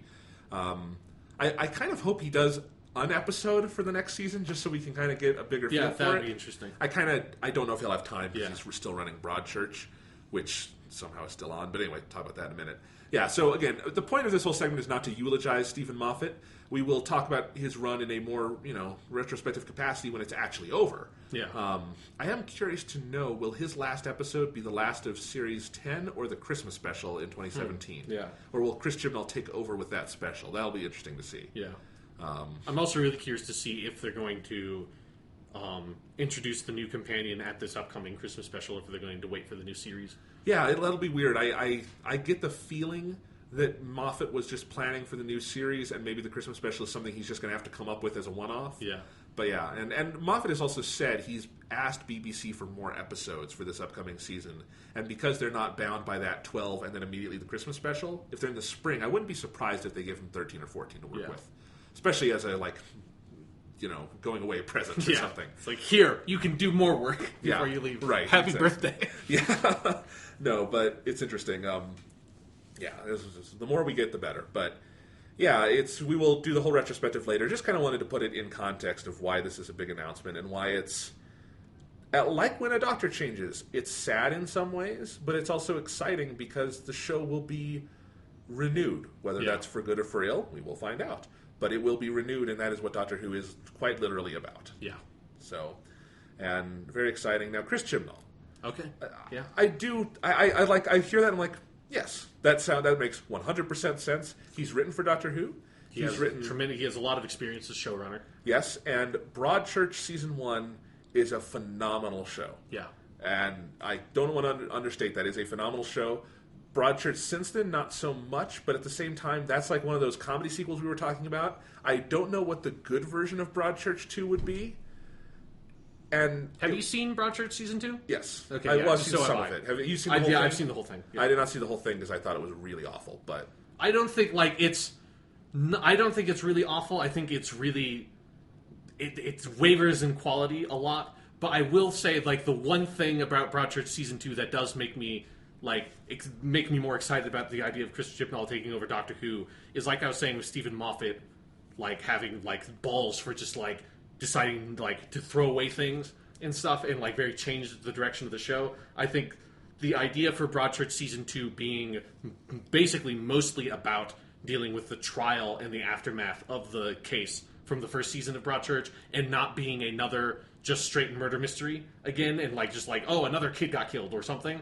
Like, that's smart. No, that's smart. And that's showing like ambition, and that's showing a willingness to go off the beaten path, because 99% of the time the next season of that show would have just been, there has just been another murder and we just need to, like, Detective Hardy needs to come back in and solve the case. You know, like, that would be the Broadchurch season 2 that most people would make, and instead he was like, no, we're going to make a very different kind of sequel to this show. I don't remember how far I got into it, honestly. It was, I think, at least 2 episodes, but I don't remember. And I thought, I respect the hell out of the ambition of this season, and I think that's the best direction you could possibly go in. Yeah. I didn't love the execution because I just thought there was a lot of things that felt forced and awkward. But, yeah. So, I probably honestly will now go watch it because I'm curious about Chris Chibnall's other credits. I'm not curious enough to go watch Torchwood, but I will watch Broadchurch. And what's wrong with everything is just wrong with Torchwood, I think, overall as a show. And Broadchurch still has, David Tennant and the other actors, and I will always watch... Colman. Yeah, Olivia Colman. She's so good in this show. Another person who could potentially be a good female doctor. I don't know. Anyway, yeah, so... Yeah, Chris Chibnall is an interesting choice, and I think a good choice. He's a known quantity in that... And I think that's the most important quality, is that he knows how to run a show. Yeah. And if you looked at RTD and Stephen Moffat, they are most famous for Doctor Who, but they both had a long list of credits before they took the reins on Doctor Who. They knew how to run a television show, and that is the hardest part. And we've seen the seams in that in American TV lately, for instance. A great example would be between Fargo and True Detective, which both had their second seasons last year, and those are both kind of anthology-style shows. Yeah. And they both had great first seasons, and then Fargo had a masterpiece second season, and True Detective's second season was utter shit. Yeah, I really enjoyed hearing people talk about True Detective season 2, because half the time it was like I was hearing them say stuff about it. I'm like, are you talking about the Hotline Miami, the video game? Are you sure you're still talking about this TV show? I have no idea what anyone ever was talking about when they talked about that season. It was sometimes entertainingly bad, but it was bad. And I think it was Nick Pizzolatto clearly... Once expanding it, he did not know how to run a show. And that's just the basics, was not good at that. Whereas Noah Hawley knew how to run a show, and that's, at the end of the day, kind of, whether you're a good writer or not is almost beside the point if you can actually just keep the wheels rolling. I think that's a very important thing to keep in mind, that, I don't think either of us look at, the episodes that Chris Chibnall has written for Doctor Who and look like, these are the greatest episodes ever. No. But, and a lot of people are looking at that, because I don't think, even though, some people might like his episodes more than others, I don't think anyone would regard any of them as, dead-on classics. But there are then people looking at that and saying, well, then he's just going to be a terrible showrunner. And it's you don't get it. Being a showrunner and being an episode writer are two totally fucking different jobs. And it's some of the talents cross over from one to another, but it's when you have people who are someone who's working as a practical engineer or something, and is designing a bridge and is really good at designing bridges and doing that job, and then people promote him to be section manager. And it's managing people and actually doing the thing. Managing people doing the thing and doing the thing itself are two totally different skill sets that require different kinds of information and knowledge and everything. And it's the same thing with running a show and writing TV episodes. Yeah, let me give you an example. Neil Gaiman wrote The Doctor's Wife, best episode of that season. He wrote Nightmare in Silver, arguably the best episode of that season. He is just objectively a great Doctor Who writer when he does it. I would not want Neil Gaiman running Doctor Who. That's not his skill set, and I think he would be the first to admit that. Yeah. He's got that American Gods show coming up. He's not the one running it. He's going to help with it, but they're doing Brian Fuller running it because he knows how to run a show. Exactly. And it's with Chris Chibnall, he is objectively good at that job. He has run multiple shows. They've been popular. They've been successful, and they're artistically successful, too. So, and I know Torchwood has its ups and downs and all that, but as you say, very difficult thing to do. That's not his fault. I feel the mandate on that show killed that show because nobody had any idea what a, Doctor Who but more adult is Nobody had any idea how the fuck to make that. Yeah. But, again, the wheels were running on that show, though, and it had characters that people liked and good performances. And it has some good episodes. It has some, really good episodes. Yeah. But, overall, it's not a great show. Yeah, so he knows how to do that job. And his Doctor Who episodes are good. I don't think... I understand they're not amazing. One, Doctor Who writers don't always get to choose that. Sometimes it's based on assignment more than anything. And I think, the Silurian episode from Season 5, which was his first one, that is somewhat of a thankless task in some ways. Because that has to introduce more about the holes in the wall and the cracks in the universe, and it has to kill Rory and do some of that stuff and reintroduce the Silurians. I actually think it's a really good two-parter. I really like it, I don't think it's a classic, but I think it's a really good two-parter, and made the Silurians of all characters relevant again. It was if you compare, the Hungry Earth and the Cold Blood, And then you could like take that and you compare that to Cold War, which had a similar task of reintroducing the Ice Warriors, which are a very old Doctor Who villain that had not been around since the second Doctor. Or I guess they were in some third Doctor episodes as well. Like Cold War does a terrible job of that overall, and like I mean, there is a reason why we had a Silurian character as a main like supporting cast member on the show for like a season and a half. Is because like those episodes are good. They're not amazing, but they did a really good job with like introducing that monster back into the series. Absolutely. And then he did 2 for 7A, and Dinosaurs on a Spaceship, I will still contend, is far and away the highlight of what is otherwise the reanimated corpse of Doctor Who in those 5 episodes. Is what that feels like. I mean, that 5-episode chunk is so messy, and that episode at least feels lively and fun. It's got great jokes. It's the one that introduces Rory's dad, and that's Brian a great Williams. Character. And it's actually got that's the only episode where Amy and Rory feel like valuable characters in that 5-episode run. It's a good episode. Power of 3 is okay for 20 minutes, and then it's got an awful ending. Power of 3 is a really good episode for most of its run, and it has one of the worst endings of any Doctor Who episode.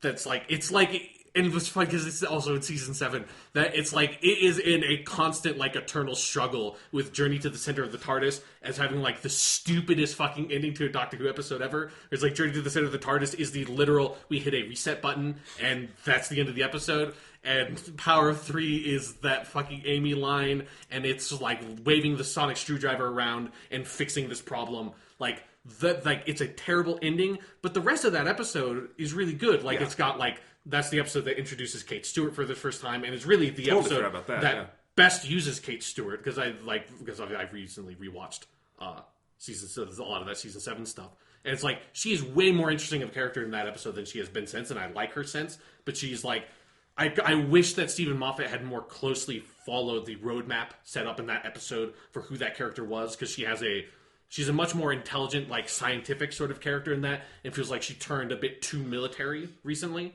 And so that's that. It's like there's some really great writing for Amy and Rory in that episode, because that's also the episode where the Doctor has to stay on Earth for like a couple of days or whatever it is, just to investigate these cubes. It's really funny. Goes insane and can't take it and leaves. It's like the writing for Amy and Rory and the Doctor in that episode is like really on point. It's just that the ending of the episode is really bad. And hey, the ending to lots of Doctor Who stories are really bad because it's hard. Yeah, they're hard stories to end. Yeah, so 2 things. It's 1, 4 episodes is too small a sample size to judge him by. Yeah.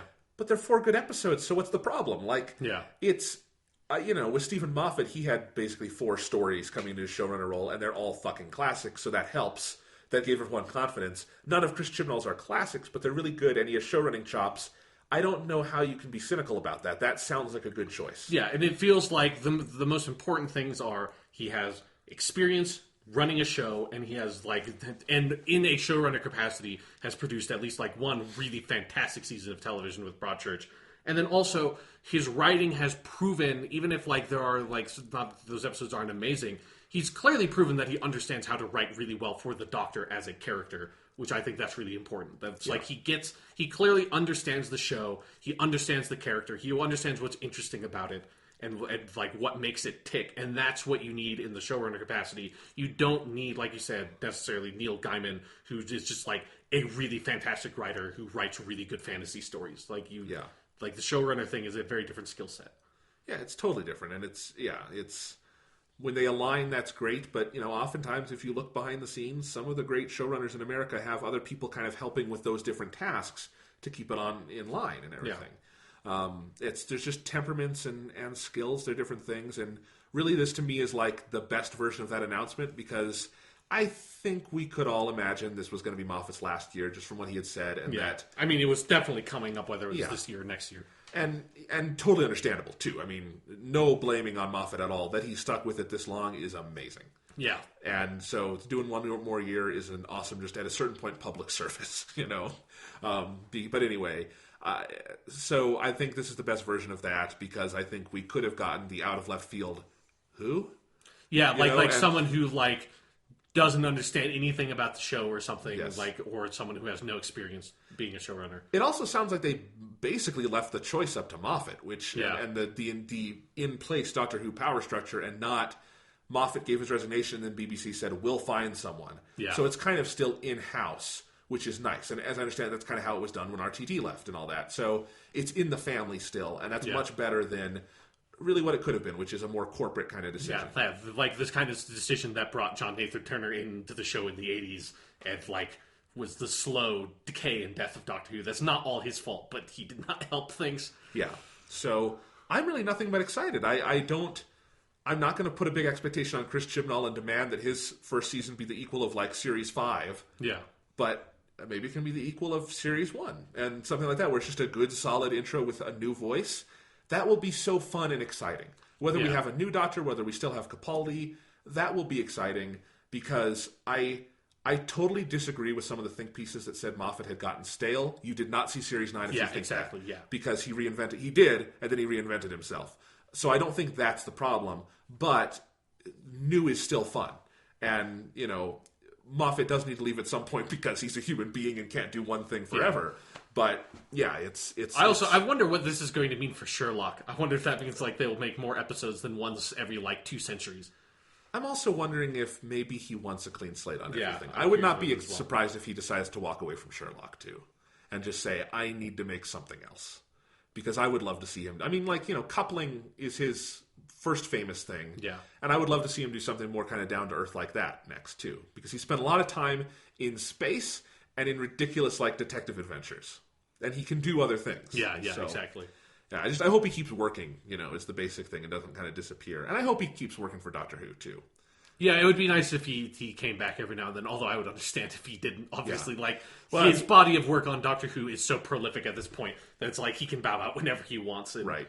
Yeah. And he said he has not made that decision yet, and he says it's honestly the kind of thing that he'll know when he comes to it, but he has no objection to doing it in the future. Like, RTD very clearly left with the mandate that he was never going to come back. Yeah. And that's fine. I don't think Moffat has that in mind. I would be shocked if he did one for season 11. He's not going to do that. Yeah, no. But, you know, maybe 12 or 13 at some point. But, and again, Modern Who is getting into its 10th season. Yeah. It's crazy. Weird thing. And again, the saddest part in all of this is that we will, with the exception of the Christmas special, which is so far away it barely doesn't even count, so we will not have Doctor Who in 2016. Yeah. And it's sad on one hand because I would always like new Doctor Who. It's manageable on one hand because, as we said with Series 9, if that's it for a while, that's a good place to leave things on. Yeah. So, but it's like in my heart, I'm just like, that was so fun watching it, talking about it on the podcast. It's partially selfish on my end because I think it's such a good thing for our podcast to have. Yeah. And I love talking about it. And we'll just have to find different things to talk about, and that's fine. But it is a little sad to not have Doctor Who this year. Yeah, but if they're going to take a year-long break, this seems like a good time to do it. Like, if they did it, like, if, like, season 7, at the end of season 7, it was like, we're taking a year-long break, it'd be like, what the fuck are you doing? Like, you already split this season in half in all this shit. Like, this feels like season 9, like, ended on such a confident, bold, exciting note that was like, I mean, the show could end there, and I would be very sad, but, like, I could accept it, you know? Like, yes. But, yeah. So I think taking a year break, I would like more Doctor Who. I'd always like more Doctor Who. But if they're going to do it now is fine. Yeah, and, you know, I would not be surprised if there were discussions that they probably could have gotten it on the air this year if Moffat had agreed to do another split kind of thing. But he clearly put the mandate out, none of that shit anymore. Yeah, that did not work. I'm sure as frustrated as we were with that, he was probably even more frustrated. Yeah, because even though he's the showrunner, he does not make every decision. I mean, he probably, like, he's not the guy who makes the decision even whether or not the show is going to air this year or next year. Right.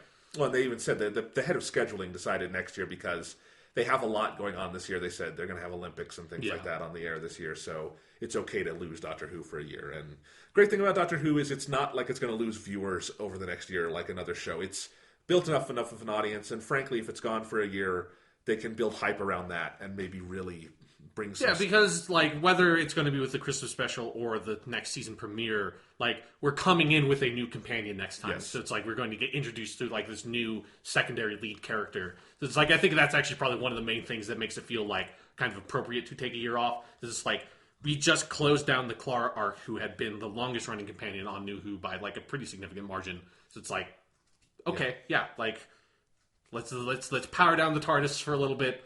And we can bump it back up with like a really cool lighting sequence again at the beginning of next year. Yeah.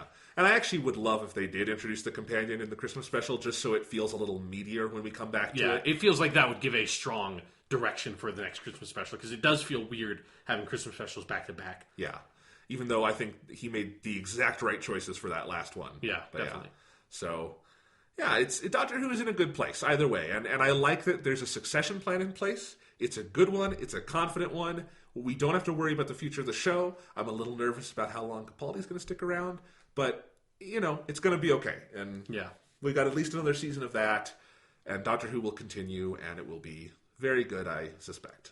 Yeah, I do really like that they sort of announce all of this stuff before his last season, that it feels like... I like going into the next season knowing that this is going to be Stephen Moffat's last season, and sort of can like look at it with that framework. And, I think he probably likes that too. Yeah. Yeah. Because, and he's said in interviews before, the big hurdle was really just finding the right person to replace him. And I think part of it is, if you look at the production of the Moffat years, there hasn't been any breathing room. Yeah. Part of that is, I bet when he came in the back of his mind, he probably thought, I'll go out with Matt Smith. But Matt Smith leaves really suddenly, and then... okay, I can't leave now. The show is kind of in shambles if I do. Yeah. So hire Peter Capaldi. It's exciting. Let's stay on. Well, I can't leave now. That was really good. Do it's like, look how fucking good Peter Capaldi is. I have to write more for this guy. And then just keep moving and moving and moving. And then, now it's finally take a chance to catch your breath and be like, okay, the show is in a good state. Yeah, like Chris Chibnall's like wrapping up all his stuff with Broadchurch. So it's like we can just slot him in now. Yeah, so... definitely. I wonder how Broadchurch will end, because I did not even know they were doing a third season. Yeah, I think they end the second season of Broadchurch with like Broadchurch will continue whatever they did with the end of the first season. It's so funny because what's the funniest thing about the whole Broadchurch thing is Broadchurch season 1 is so clearly a miniseries. Yeah, like that ending is as definitive a finale thematically, if not completely a narrative, as you can have. And it's like, that's the biggest hurdle to me for ever doing more, is it's like, it's a fucking ending. Yeah. But anyway. But like you said, like that's what made like... Because it was like at the end of Broadchurch, because I think we talked about Broadchurch on this podcast, and it was just like, what do you... like, how do you make a sequel to this show? Like, what do you do? How do you possibly do that? It would be so absurd if you just have another small town murder and like Alec Hardy and the Olivia Colman characters somehow just get roped into it again and have to work together as partners. Like, that sounds so crazy. And they found a really good direction for it. It's like, but then now you look at it as like, well, then what the fuck did they do for season 3? So I'm really excited. I have no idea how good it's going to be. I'm just really excited to see what his fucking idea is for season 3, because I feel like he wouldn't make another season of the show unless he had something he wanted to try to do with it. Well, and to be fair on all of this, Broadchurch airs on ITV, which is one of Britain's non-BBC networks. It's a commercial network, so... Broadchurch was 100% planned to be a miniseries. It continued because it was such a huge hit. Like it was like a historic level hit on BBC. Season 2 was so hated when it aired that the ratings dipped really hard, and that's why they announced season 3 as the last one, but they wanted to wring a little more out of it. Yeah. But not all of that was completely up to Chris Chibnall. Yeah. Which it's been kind of a weird arc for that show. But yeah. Anyway. I don't know if you read because again, I have not seen the whole season 2 of Broadchurch, so I really can't make any definitive statements on it. But like, if you read the press reports around that time, it was hilarious how vitriolic the fan response was to that. I'm not surprised, because again, it's while I definitely wouldn't call it terrible, like it wavers in quality pretty extremely between different sections, and then also I just think it's a really different show than the first season of Broadchurch. Like it's everything about it, because it's like the objectives of that season are totally different than the objectives of the first season of Broadchurch. Yeah, well, it's weird because Britain is such an interesting country for TV stuff, because they are so much smaller than the United States, and they have such a more concentration of everyone watching kind of the same stuff. Right. Yeah. So Broadchurch was like the entire nation watched that fucking show, and then with season 2, all eyes were on it again. No matter what, it wouldn't have satisfied everyone, and so it was just like, to the point of having the TV equivalent of riots in the streets. Yeah. Which was funny. So Doctor Who will probably be a nice assignment after that, because it's like, you know what? It's easy to make new seasons of Doctor Who. You don't have to stretch. Yeah. The Doctor just goes and has more adventures. Yeah, it's like you're never like just stumbling for some sort of possible premise to start off on. It's just just think of an idea like I don't know, microphones. Let's do an episode that, like, thematizes microphones in some way. You could fucking do that in Doctor Who. And the only reason I said that is because there's a microphone sitting right in front of me. But you could absolutely 100% make, like, an incredible episode of Doctor Who based on, like, let's just put a microphone in this episode and start from there, you know? Yes. All right, well, anyway, that, I think, is it for this week. Talking a little bit about the future of Doctor Who. Very exciting. As I said before, I think this may have been off the air. I guess we just could not have new Persona and new Doctor Who in the same year. It would have been like, for this podcast would have, like, blinked out of existence. Yeah, we wouldn't have known. We would have, like, there would have been a podcast civil war. Like, we would have fought each other and would have somehow split off into, like, a Doctor Who only podcast and a Persona only podcast. It was like, that would be it. Because we couldn't figure out how to do both of them at the same time. Yes. So maybe it's for the best. Maybe it's for the best.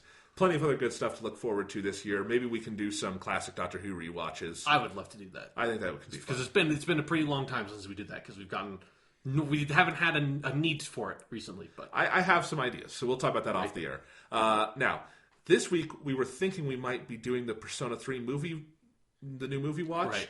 I haven't gotten that package yet. I'm still not sure if it's shipped. So hopefully next week. But that depends on whether or not they ship it to me. So right. It'll happen when it happens. It'll happen when it happens. Cannot wait to get that Blu-ray. It technically came out this week, but my pre-order, I did not pre-order it like right when the pre-orders went up, so maybe I'm further down in the queue.